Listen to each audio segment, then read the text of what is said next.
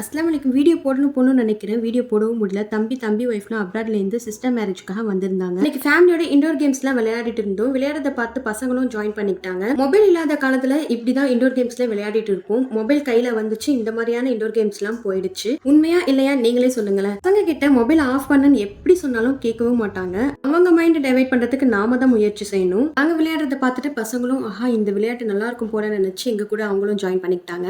நாமளும் அவங்க கூட குழந்தையாவே மாறிடுவோம். நெக்ஸ்ட் சிஸ்டர் மேரேஜ்க்காக பர்ச்சேஸ் பண்ண கிளம்பியாச்சு. சஸ்மிக்கு பட்டு ஃப்ராக் தான் எடுத்திருந்தேன். செம சூப்பரா இருந்துச்சு.